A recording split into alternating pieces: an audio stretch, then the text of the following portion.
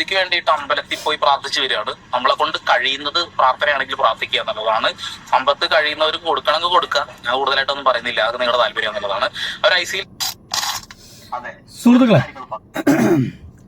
രേണു സുധിക്ക് വേണ്ടിയിട്ട് അമ്പലത്തിലൊക്കെ പോയി പ്രാർത്ഥിച്ച സന്ദീപ് എന്ന് പറയുന്ന എൻ്റെ സുഹൃത്ത് കഴിഞ്ഞ ദിവസം അറസ്റ്റിലായി.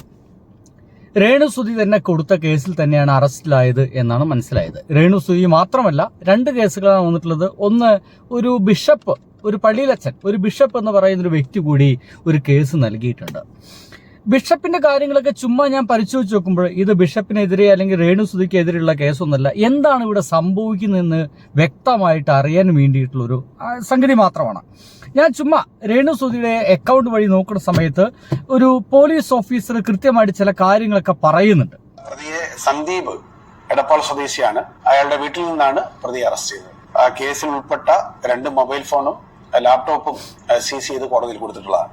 എനിക്ക് ഈ വ്യക്തിയുമായിട്ട് യാതൊരു മുൻപരിചയമോ ബന്ധമില്ലാത്ത ഒരാളാണ്.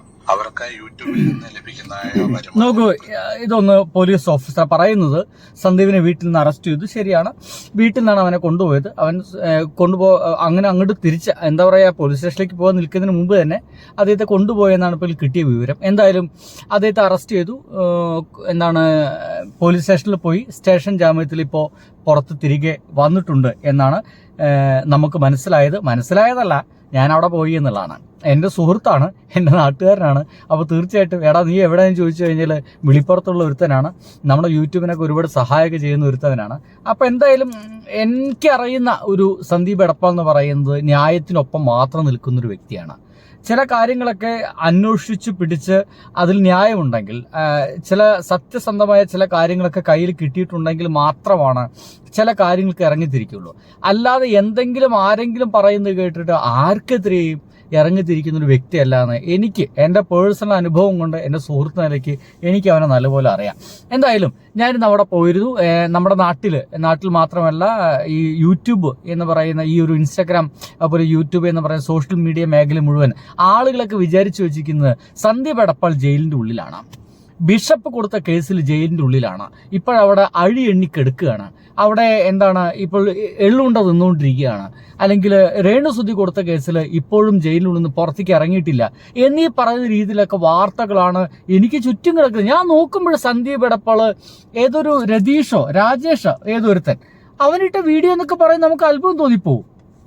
സന്ദീപ് എടപ്പാൾ അടുത്ത കഥ ജയിലിൽ നിന്ന് എഴുതിക്കൊണ്ടിരിക്കുകയാണ്, കഥയുടെ അടുത്ത എപ്പിസോഡ് ജയിലിൽ നിന്ന് എഴുതിക്കൊണ്ടിരിക്കുകയാണ്. ഇതൊക്കെ നോക്കിയിട്ടാണ് ഞാൻ അവനെ വിളിക്കുന്നത്. എന്തായാലും ഫോൺ സീസ് ചെയ്ത കാരണം എനിക്ക് കോൾ കിട്ടിയില്ല. അവൻ്റെ സുഹൃത്ത് ഒരു ഷാഫി വിളിച്ചു, എടാ എവിടെ സന്ദീപ്? അതാ ഞങ്ങൾ ഒപ്പം വരും, ഞങ്ങൾ വന്നുകൊണ്ടിരിക്കുക ജയിലിൽ, ഞങ്ങൾക്ക് സ്റ്റേഷൻ ജാമ്യം കിട്ടി, ഇത് അത്ര വലിയ പ്രശ്നമുള്ള കാര്യങ്ങളൊന്നുമല്ല, ഞങ്ങൾ വന്നുകൊണ്ടിരിക്കുന്നത്. എന്തായാലും ഇത് ബിഷപ്പ് കൊടുത്ത കേസാണെന്നൊക്കെ പറയുന്നു. എന്തായാലും ഈ ബിഷപ്പ് ആരാണ് എന്താന്നൊക്കെ നമ്മൾ ചുമ്മാ അന്വേഷിച്ച് നോക്കുന്ന സമയത്ത് എനിക്ക് കിട്ടിയ വിവരം ഇതാ ഇങ്ങനെയാണ്. ഇതിപ്പോഴും സോഷ്യൽ മീഡിയയിൽ അവിടെ നിൽക്കണം. 100 ദിവസം രേണു സുധി ബിഗ് ബോസ് ഹൗസിൽ നിർത്തണം. അവരെ അവിടെ നിർത്തി തേഞ്ഞൊട്ടി വിന്നായിട്ട് പോരട്ടെ. അത് അവര് കപ്പം കൊടുത്തേക്കും വിടട്ടെ.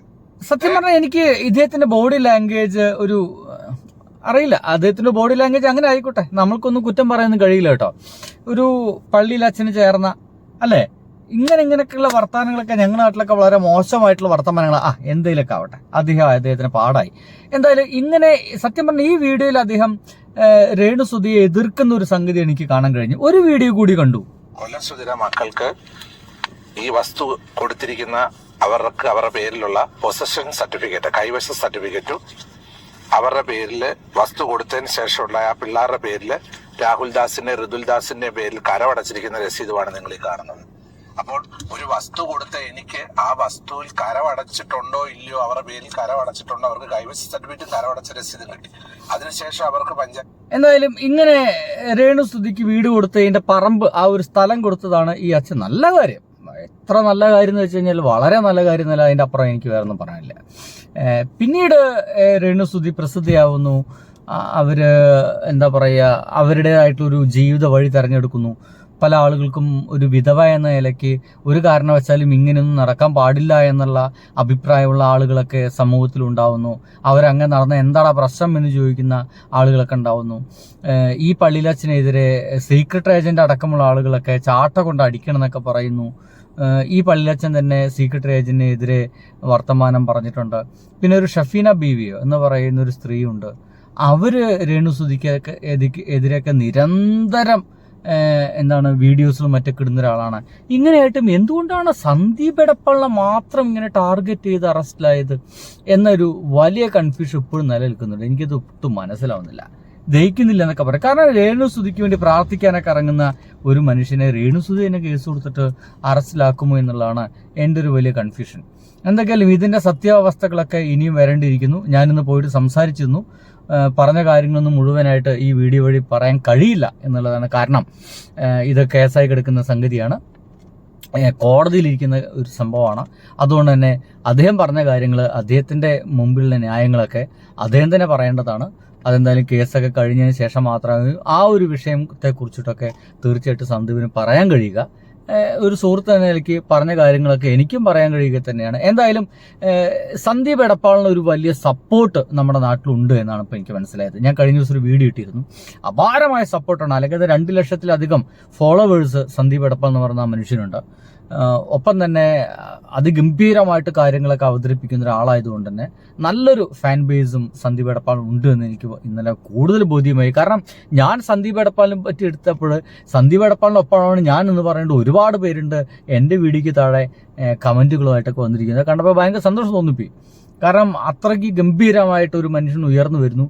ഇനി അങ്ങനെ സോഷ്യൽ മീഡിയയിലൊരു അത്ഭുതപൂർവ്വമായിട്ടുള്ള ഒരു ഉയർച്ച ഉണ്ടാകുന്നതിൽ ദേഷ്യം പൂണ്ട വേറെ ആൾക്കാരില്ലേ, ഇതിൻ്റെ ഇടയിൽ വല്ല ഗൂഢാലോചനകളൊക്കെ ഉണ്ടോ എന്നൊക്കെ ചുമ്മാ തോന്നിപ്പോകുന്നു.